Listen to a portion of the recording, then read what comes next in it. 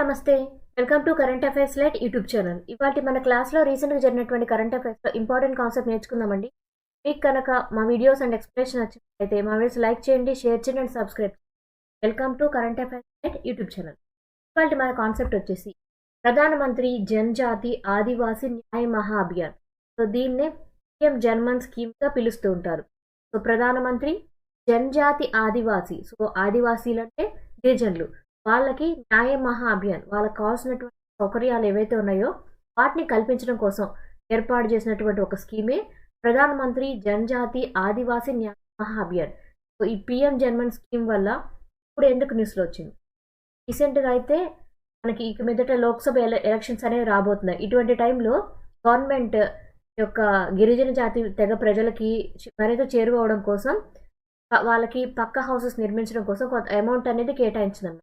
Amount అంటే 540 కోట్ల రూపాయలని కేటాయించడం జరిగింది. ఒక్కొక్క బెనిఫిషరీస్కి 1 లక్ష వరకు అమౌంట్ అనేది ఇవ్వడం ద్వారా వాళ్ళకి పక్కా గృహాలు అనేవి నిర్మించడము ఈ యొక్క పథకంలో ఇచ్చినటువంటి ఒక ముఖ్య ఉద్దేశం. 540 కోట్ల రూపాయలు పిఎం జన్మన్ స్కీమ్కి ఇవ్వడం జరిగింది. అండ్ ఇది ఎందుకోసం అంటే ట్రైబల్ పీపుల్ ఎవరైతే ఉంటారో వాళ్ళకి పక్కా గృహాలు నిర్మించడానికి నిధులు అనేవి కేటాయించబడతాయి. అసలు ఈ స్కీమ్ ఏంటో చూద్దాం. ఇక్కడ ప్రధానమంత్రి జనజాతి ఆదివాసీ న్యాయ మహా అభియాన్, దాన్ని పిఎం జన్మన్ స్కీమ్ అన్నాం. సో ఇది ఎందుకోసం అంటే ట్రైబల్ కమ్యూనిటీస్ పీపుల్ ఎవరైతే ఉన్నారో వాళ్ళకి ఉపయోగపడే విధంగా వాళ్ళ అవసరాలు తీర్చడానికి, వాళ్ళని బలపరచడానికి ఉపయోగించేటువంటి స్కీమ్ అనమాట. అండ్ దీని ద్వారా ఏంటంటే completely central sector scheme and centrally sponsored scheme అనమాట. అంటే దీనికి కావాల్సిన నిధులన్నీ కూడా కేంద్ర ప్రభుత్వం ద్వారా ఇవ్వబడతాయి.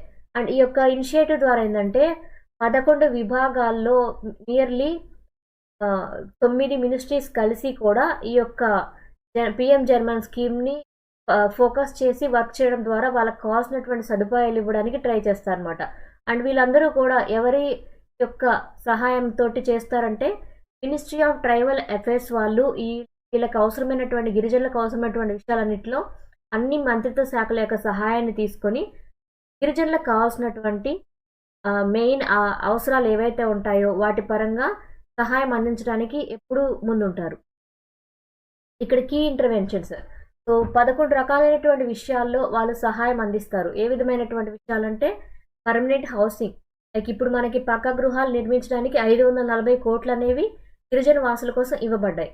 అండ్ రోడ్డు కనెక్టివిటీ కూడా గిరిజనులకి అవసరం. వాళ్ళకి సరైనటువంటి రోడ్డు కనెక్టివిటీ లేకపోతే వాళ్ళకి వ్యవసాయం చేసినటువంటి కానీ వాళ్ళు వేరే ప్రాంతాలకు వెళ్ళేటప్పుడు కానీ వాళ్ళకి అవసరం అవుతాయి. And piped water supply, so అక్కడ వాటర్ సప్లై ప్రొవైడ్ చేయడం ఒకటి. మొబైల్ మెడికల్ యూనిట్స్, సో అక్కడ ఉండేటువంటి రోడ్ ట్రాన్స్పోర్టేషన్ సరిగ్గా ఉండదు కాబట్టి వాళ్ళకి మొబైల్ మెడికల్ యూనిట్స్ కూడా ఎప్పుడు అందుబాటులో ఉండే విధంగా ఏర్పాటు చేయాలి. అండ్ దాంతోపాటు హాస్టల్ కన్స్ట్రక్షన్ ఒకటి. అండ్ అక్కడ చదువుకునేటువంటి విద్యార్థులకి అవసరమైనటువంటి సదుపాయాల కోసం అంగన్వాడీ ఫెసిలిటీస్ ఒకటి, వాళ్ళ బేసిక్ ఎడ్యుకేషన్ కోసం. స్కిల్ డెవలప్మెంట్ సెంటర్, సో వాళ్ళకి అక్కడ చదువుకునే విద్యార్థులు ఉంటే వాళ్ళ యొక్క నాలెడ్జ్ని పెంచుకోవడం కోసం స్కిల్ డెవలప్మెంట్ సెంటర్స్ని ఏర్పాటు చేయడం కూడా ఇందులో భాగంగా తీసుకొనబడుతుంది. సో పిఎం జన్మన్ స్కీమ్లో ఓన్లీ గృహాల నిర్మాణమే కాదు, road connectivity, water supply, medical units, hostel construction, anganwadi facility, skill development, ఇటువంటి అన్ని విభాగాలకు సంబంధించినటువంటి అవకాశాలని అవసరాలని అన్నింటినీ కూడా గవర్నమెంట్ క్రియేట్ చేసి కల్పించాలని భావిస్తుంది.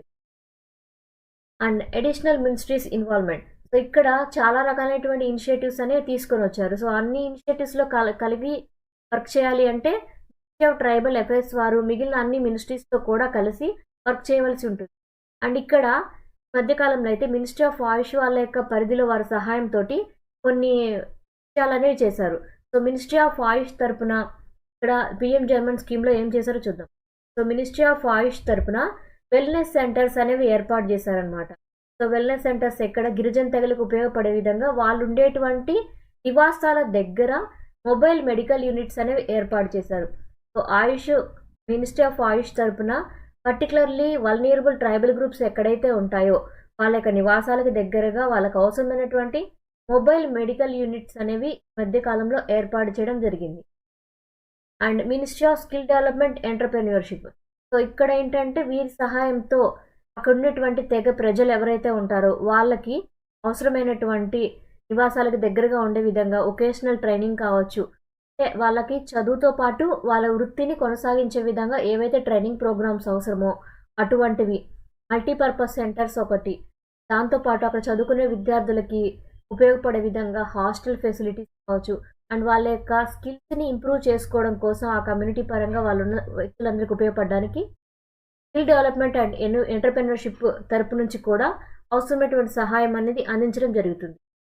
అండ్ ఇక్కడ అయితే నరేంద్ర మోడీ గారు వర్చువల్ ఇంటరాక్ట్ అయ్యారు. ప్రధానమంత్రి జన్మన్ ఆదివాసీ న్యాయ మహా అభియాన్ ద్వారా ఈ యొక్క ఫ్లాగ్‌షిప్ ప్రోగ్రామ్ ఏదైతే ఉందో అది నవంబర్ 2023 స్టార్ట్ చేయడం జరిగింది.